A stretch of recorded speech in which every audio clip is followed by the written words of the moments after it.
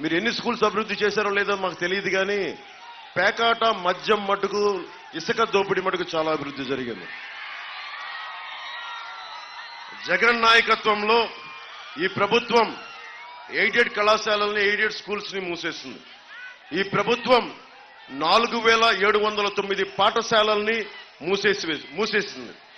ఈ 5 ఏళ్ల కాలంలో స్కూల్ మానేసిన విద్యార్థులు 3,88,000 మంది విద్యార్థులు స్కూల్ మానేశారు.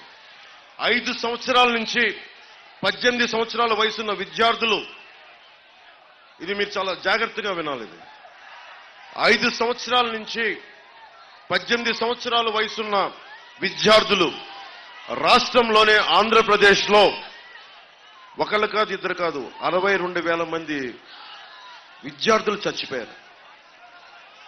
ఇది ఎప్పటికీ బయటికి రాదు. ఇది 62,000 మంది విద్యార్థులు మృతి చెందారు. 5 సంవత్సరాల నుండి 18 సంవత్సరాల వయసు బిడ్డలు. ఏ రోజు కూడా జగన్ దీని మీద ప్రెస్ మీట్ పెట్టలా. వీరి అనారోగ్య సమస్యలు ఏంటి, పౌష్టికాహారం లోపం వల్ల చనిపోయారా, ఇంకేదైనా ఇతర ఇబ్బందులు ఉన్నాయా అని కనీసం హెల్త్ సర్వే చేయించలేదు. దీని మీద ఒక్క ప్రెస్ మీట్ పెట్టలేదు.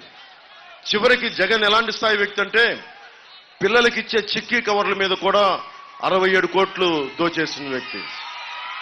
ఎమ్మెల్యే వాసు గారేమో పేకాట క్లబ్లు, జగన్ గారేమో చిక్కీల మీద కూడా 67 కోట్లు దోచేసిన వ్యక్తి.